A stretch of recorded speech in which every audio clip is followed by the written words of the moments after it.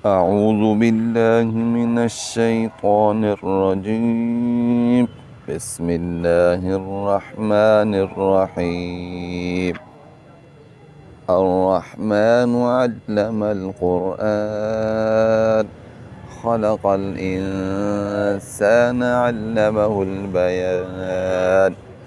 الشمس والقمر بحسبان والنجم والشجر يسجدان والسماء رفعها ووضع الميزان ألا تطغوا في الميزان وأقيموا الوزن بالقسط ولا تخسروا الميزان والأرض وضعها للأنام فيها فاكهة والنخل ذات الأكمام والحب ذو العصف والريحان فبأي آلاء ربكما تكذبان.